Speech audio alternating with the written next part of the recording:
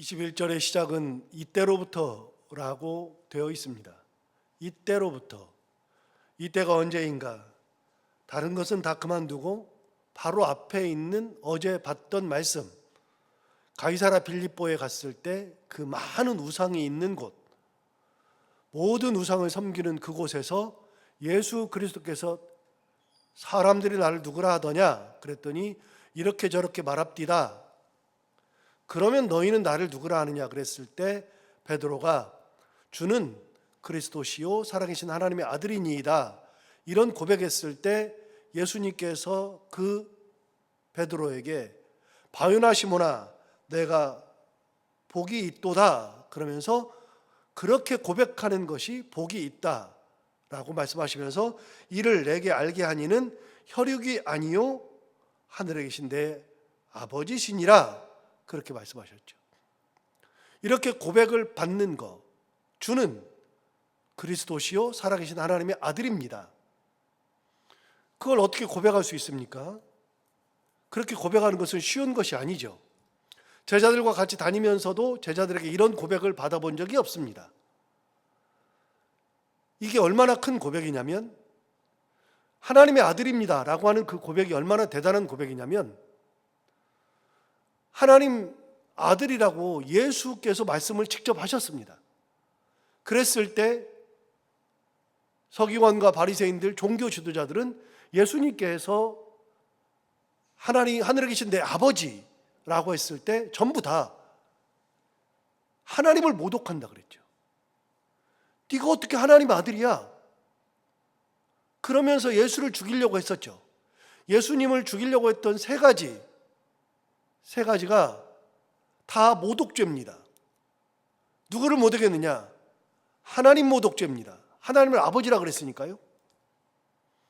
네가 어떻게 하나님의 아버지라고 불러? 네가 하나님 모독죄죠. 두 번째, 성전 모독죄입니다. 이 성전을 헐라. 내가 46년 걸렸다 할지라도 이 성전을 헐어내면 내가 3일 만에 다시 지으리라. 성전 모독죄죠. 그래서 예수님께서 성전에 가셔서 비둘기의 상을 엎어버리고 여기는 만민이 기도하는 집인데 너희들이 강도의 구려를 만들었다 그러면서 성전을 정화시켰죠. 비둘기 파는 사람들의 상을 뒤엎으시고 환전하는 사람들의 상을 뒤엎으시고 그 모든 것을 다 뒤엎으면서 성전을 더럽힌 것 같았죠. 우리는 뭐라 그러느냐? 성전 정화라 그럽니다. 당대 사람들은 성전 정화되는 게 아니라 아니 성전이 이렇게 잘 있는데 여기를 이렇게 더럽혀? 그래서 성전 모독죄. 거기다 성전을 헐라 그랬죠. 그래서 예수님을 죽이려고 했던 것이 첫 번째 하나님을 모독했고 두 번째 성전을 모독했습니다. 세 번째 율법 모독죄죠. 특히 안식일 모독죄. 안식일에 자꾸만 병자를 고쳐요. 안식일에 하지 말라 그러는데 자꾸 병자를 고쳐요. 그러니까 안식일을 기억하여 거룩하게 지키라 그랬으면 거룩하게 지켜야지. 네가 뭔데 안식일에 병자를 고치느냐? 안식일을 왜 모독하느냐? 예수님은 안식일의 주인이 인자다. 안식일이 인자의 주인이 아니라 인자가 안식일의 주인이다. 너희는 안식일에 양이 구덩이에 빠지면 건지는 것이 당연한 거 아니냐? 그런데 사람이 어려움을 당하고 있는데 그 안식일에 구하지 않으면 이게 안 되는 거 아니냐? 너희들이 만드는 장로들의 법, 할라카 이런 걸로 정말로 하나님의 율법을 범하는 게 너희 아니냐? 그렇게 하면서 예수님이 싸웠죠. 그러니까 세 가지 모독죄가 유대인들에게 걸린 겁니다. 하나님 모독죄, 성전 모독죄, 안식일 모독죄. 그래서 예수를 죽이려고 했던 것이 바로 그런 것 때문이죠. 그런데 하나님을 아버지라 그러면 다 이게 하나님을 모독해 그러면서 죽이려고 그러는데 베드로가 고백한 게 뭡니까? 주는 그리스도시요 구원자이시요 살아계신 하나님의 아들이니이다. 이 고백이 나올 정도가 될 때까지 3년이 걸렸습니다. 거의 3년 걸려서 드디어 처음으로 들은 얘기가 베드로 입을 통해서 살아계신 하나님의 아들입니다라고 하는 말을 들었죠. 이제는 하나님의 아들이 된 거죠. 예수 그리스도께서 제자들에게. 그때로부터. 그 전까지는 아니었는데 이때로부터 이 말씀을 하신 겁니다. 무슨 말씀하셨느냐? 자, 그때가 되었죠. 자, 말씀하시는 게 이겁니다. 볼까요? 21절 다시 보시면 이때로부터 예수 그리스도께서 자기가 예루살렘에 올라가 장로들과 대제사장들과 서기관들에게 많은 고난을 받고 죽임을 당하고 제3일에 살아나야 할 것을 제자들에게 비로소 나타내셨다. 여러분, 이때로부터 뭐라 그랬느냐? 그때로부터 주님 말씀하시는 겁니다. 뭐라고 말씀하셨어요? 내가 예루살렘에 올라갈 거다. 예루살렘에 올라가면 거기에 장로들, 대제사장들, 서기관들이 있는데 그들에게 많은 고난을 받고 죽임을 당하고 제3일에 살아나리라. 고난과 십자가에서의 죽음과 사흘 후에 살아나는 부활, 이거를 말씀하신 겁니다. 언제부터요? 하나님의 아들이라는 고백을 받은 후부터. 이 전까지는 이 말씀을 하신 적이 없어요. 이전까지는 아무런 말씀이 없으셨어요. 그런데 드디어 3년 정도 되었을 때 제자들 중에서 베드로가 주는 그리스도입니다, 살아계신 하나님의 아들입니다라고 하는 고백을 들었을 때는 드디어 내가 십자가를 져야 할 때가 됐다고 예수님 생각하신 겁니다. 그리고 제자들에게 그 얘기를 이제 한 겁니다. 여러분, 제 친구도 입양을 해서 키우는 아이 있다 그랬잖아요. 제 친구 목회하는 친구인데 그 친구는 애가 둘이 있는데 둘을 더 입양했어요. 진짜 그런 사람들 대단하다고 저는 생각합니다. 입양해서 키우는 사람들이 대단하다고 생각합니다. 안 돼요, 그게 잘. 그런데 이 입양해서 키우는데 그 막내를 입양했는데 막내가 초등학교를 막 들어갔는데 제 친구가 고등학교 다닐 때부터 머리가 새치가 많아가지고 머리가 하였어요. 많이. 그런데 이제 나이가 들으니까 머리가 진짜 하얘졌거든요. 근데 그 친구가 하얘지니까 완전히 나이 먹은 사람으로 보이잖아요. 지금으로부터 한 10년 전 얘기인데요. 이게 막 50살 거의 다 되었을 때 아이가 이제 초등학교 갔어요. 그래서 이제 학교 모임이 있어가지고 간다 그랬더니 애가 뭐라 그러냐면 입양한 아이가 아빠는 오지 마 그러더래요. 아빠는 오지 마. 애가 뭘 모르잖아요. 애가 뭘 모르니까 내 아버지가 하얀 머리로 오는 게 너무나도 싫은 거예요. 그래 아빠는 오지 말라고. 그 말 듣는데 얼마나 웃겼는지 지가 분수를 모르는 거지. 애가 지가 입양한 줄 알았으면 그런 말 안 했을 텐데. 그런데 걔도 그렇고요. 입양한 부모들의 고민이 뭐냐면 이 아이에게 입양했다는 사실을 언제 알려주느냐. 이게 진짜 고민입니다. 어렸을 때 알려줘야 되느냐? 사춘기 지나고 알려줘야 되느냐? 성인이 되어서 결혼할 때쯤 돼서 알려줘야 되느냐? 알려주긴 알려줘야 되는데 그걸 언제 알려줘야 될지 몰라요. 그래서 어떤 사람은 자기의 생각에 의해서 어렸을 때부터 알려주는 사람도 있고요. 사춘기 지나면 알려주는 사람도 있고요. 그리고 결혼할 때쯤 돼서 알려주는 사람도 있어요. 다 너무너무 힘들어요. 그런데 어렸을 때 알려주는 거는요, 좋아요.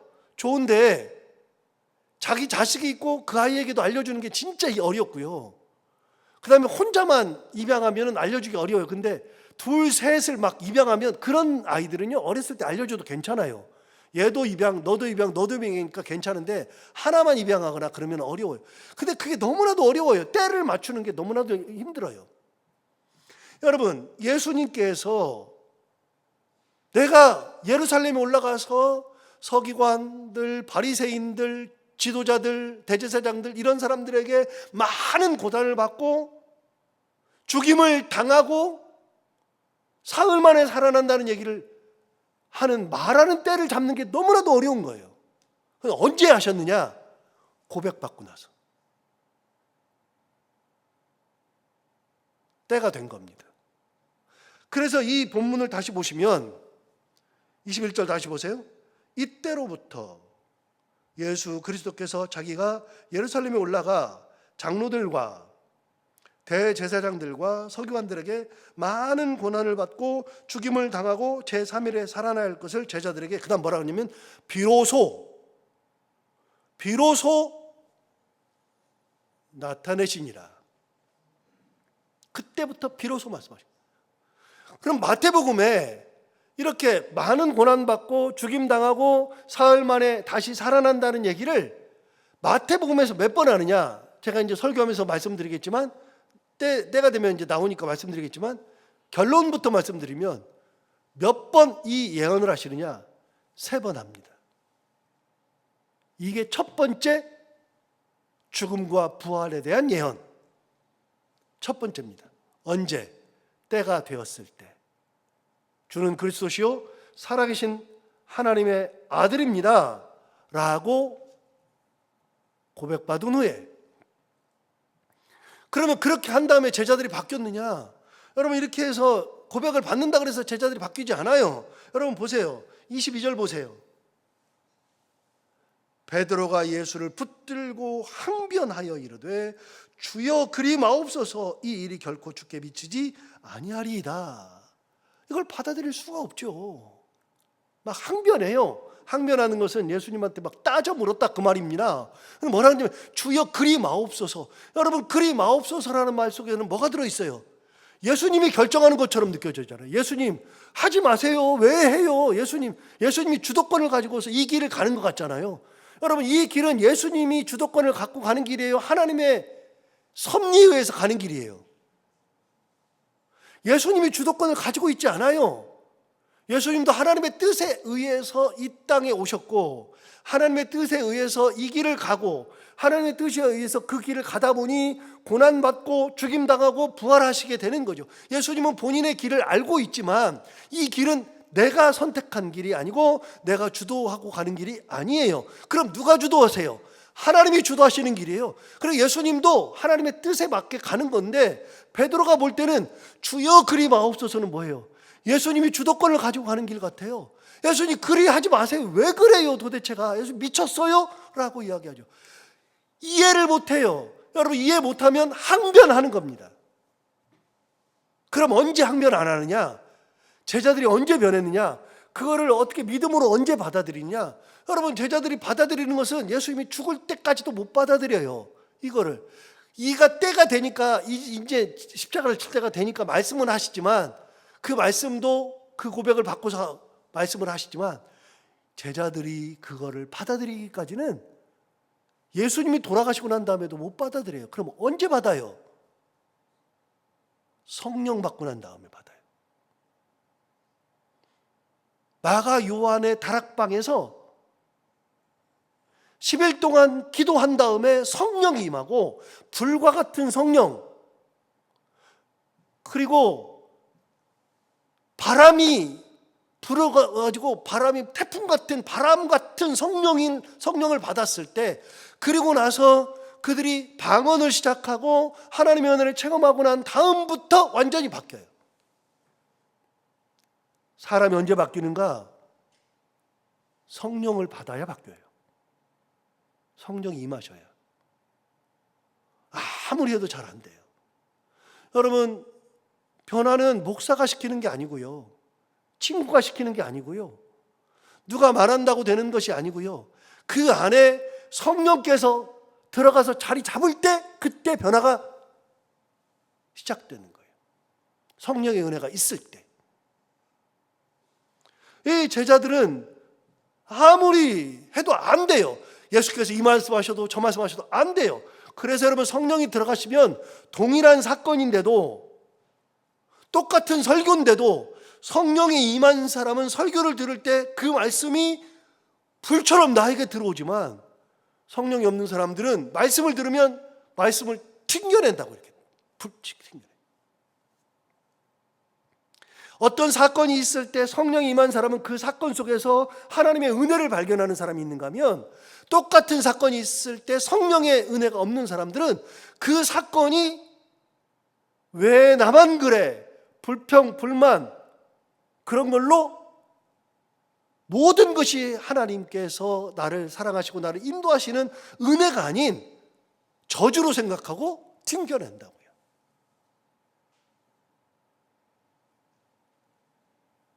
저는 사도행전을 읽다가 가장 놀란 것 중에 하나가 그겁니다. 사도행전에 사도 바울의 설교가 나오거든요. 그리고 스데반도 설교가 나오거든요. 그리고 바울도 설교가 나옵니다.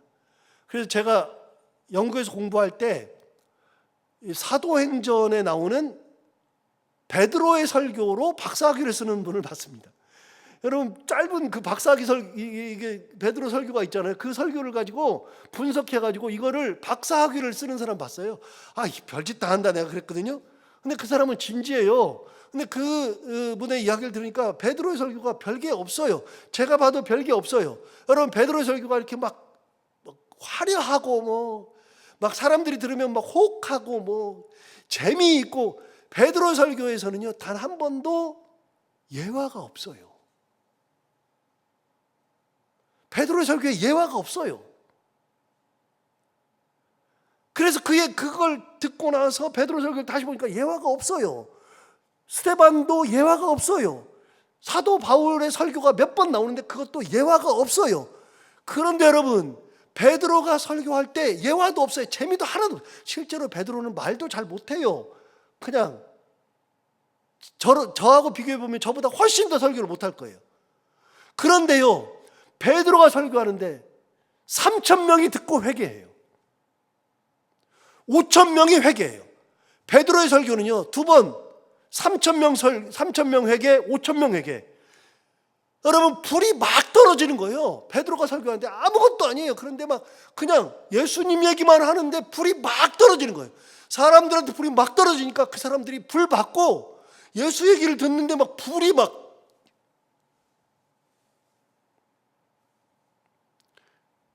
우리 교회 역사상 금구라고 불리는 사람이 있습니다. 금구. 금구가 뭐냐면 금과 같은 입이에요. 금입. 설교를 진짜 잘한 분, 금구라고 불리는 분이 있는데, 요한 크리소스톰이라고 300년 어간부터 400년 초까지 살았던 분이 있어요. 금구. 그분 설교집이 있어요. 금구 설교를 제가 읽어보잖아요. 지금 읽어보면 아무것도 아니에요. 별것도 아니에요. 그런데 그분이 금구예요. 사람들이 그분의 설교를 들으면서 회개한 사람들이 그렇게 많은 거예요. 막 말씀을 듣고 막 뒤집어지는 사람들이 너무나도 많아요. 아무것도 아닌 것 같아요. 그런데 저도 맨날 느끼는데요, 설교가 중요한 게 아니라 그 가운데 역사하시는 하나님의 성령이 임하셔야 되는 거예요. 은혜가 임해야 돼요. 은혜가 임하면, 성령이 임하시면 주님께서 예루살렘에 가서 많은 고난받고 십자가에 달려서 죽임을 당하고 사흘 만에 부활한다는 소식을 들을 때, 이걸 들을 때 성령이 임했으면 그 말씀을 듣고, 주님, 저도 같이 가겠습니다. 저도 같이 갑니다. 저도 그 길을 가겠습니다. 주님, 제가 지금은 주님과 함께하지 못하지만, 지금은 제가 할 수 있는 게 기도밖에 없어서 기도밖에 못하지만, 주님, 저도 그 길을 가겠습니다. 그렇게 나온다고요. 성령이 임하면. 안 돼요. 안 되니까 뭐예요? 항변해요. 주님이 마치 결정해서 가는 것처럼 항변하잖아요. 다시 한번 보세요. 22절 보세요. 이렇게 말하잖아요. 베드로가 예수를 붙들고 항변하여 이르되, 주여 그리 마옵소서, 이 일이 결코 주께 미치지 아니하리이다. 23절 예수께서 말씀하십니다. 예수께서 돌이키시며 베드로에게 이르시되. 자, 누구에게 말했어요? 베드로에게 말했어요. 제가 이걸 베드로에게 말했다는 것을 일부러 얘기한 거예요. 자, 예수께서 돌이키시며 베드로에게 이르시되 뭐라 그러냐면 사탄아 내 뒤로 물러가라. 너는 나를 넘어지게 하는 자로다. 네가 하나님의 일을 생각하지 아니하고 도리어 사람의 일을 생각하는도다. 베드로를 책망했어요. 우리가 이게 잘 아는 말씀이죠. 사탄아 내 뒤로 물러가라. 저는 옛날에요, 내 뒤로 물러가라를 이거 성경을 잘 봐야 되는데, 내 뒤로 물러가라를 사탄이 베드로에게 있어서 베드로 뒤로 넘어가는 줄 알았어요. 뒤로. 근데 여기 보면 내 뒤에요. 나 예수님 내 뒤로 물러가라. 사탄아 물러가라. 이렇게 내 뒤로. 근데 여러분 가만히 볼까요? 이 베드로가 어떤 사람이냐면 17절 보세요.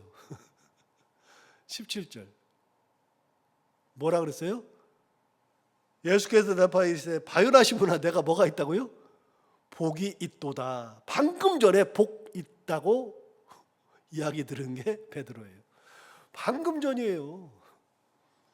방금 전에 네가 복이 있도다 그러면서 이를 내게 알게 아니는 서륙이 아니요 하늘에 계신 내 아버지라 그러면서 뭐라 하냐면 18절에 또 나오잖아요. 또 내가 내게 이르노니 너는 베드로라. 내가 이 반석 위에 내 교회를 세우리니 음부의 권세가 이기지 못하리라. 그러면서 칭찬 엄청 받았어요.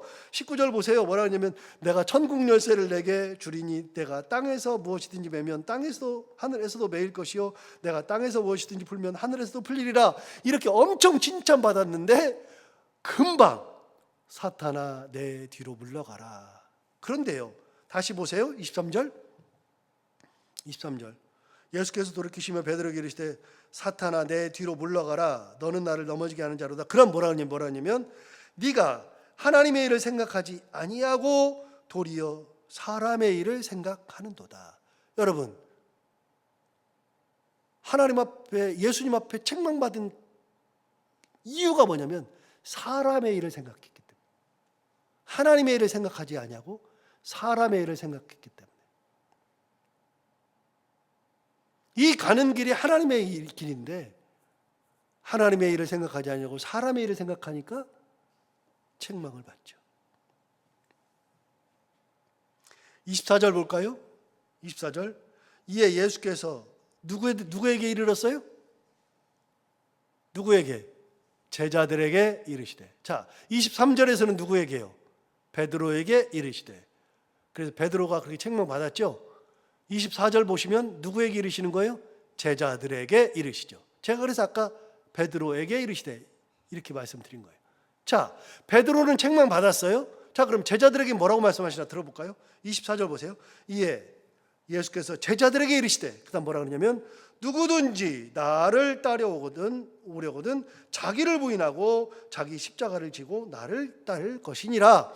누구든지 이제부터는 내가 가는 길을 따라오려고 하는 사람들은 자기를 부인하고 자기 십자가를 지고 나를 따라야 한다. 여러분 제자들에게도 십자가가 있는 거죠. 제자들에게도 십자가. 이 십자가를 지고 자기 십자가를 지고 나왔는데 이미 어디서 나왔느냐? 10장에서 가볼까요? 10장.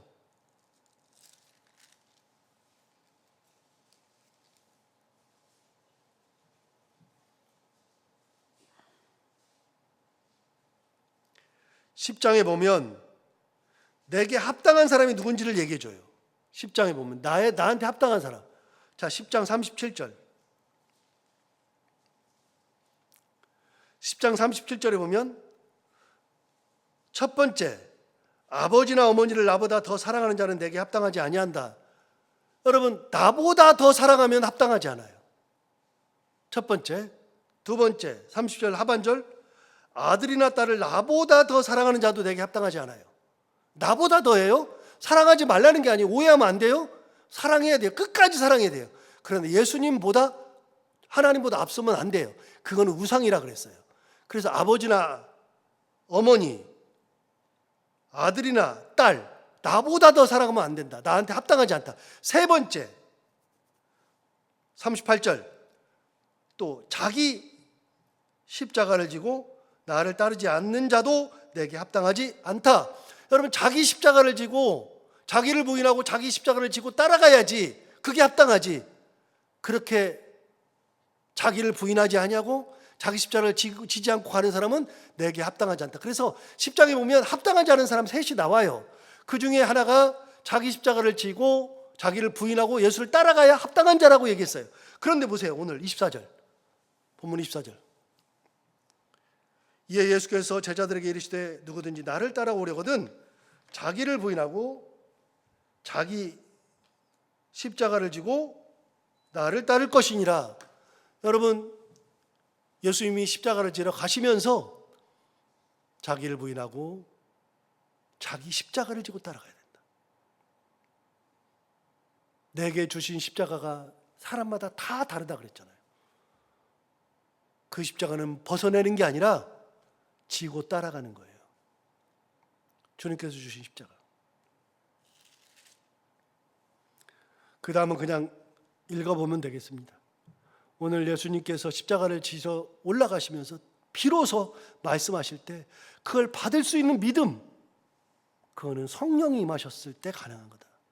다시 한번 생각하면서 우리가 성령의 은혜 가운데 예수님이 가신 십자가의 길을 나의 십자가를 지고 나를 부인하고 그렇게 함께 따라갈 수 있는 믿음의 삶을 살아가는 저희들이 다 되기를 바랍니다. 기도하겠습니다.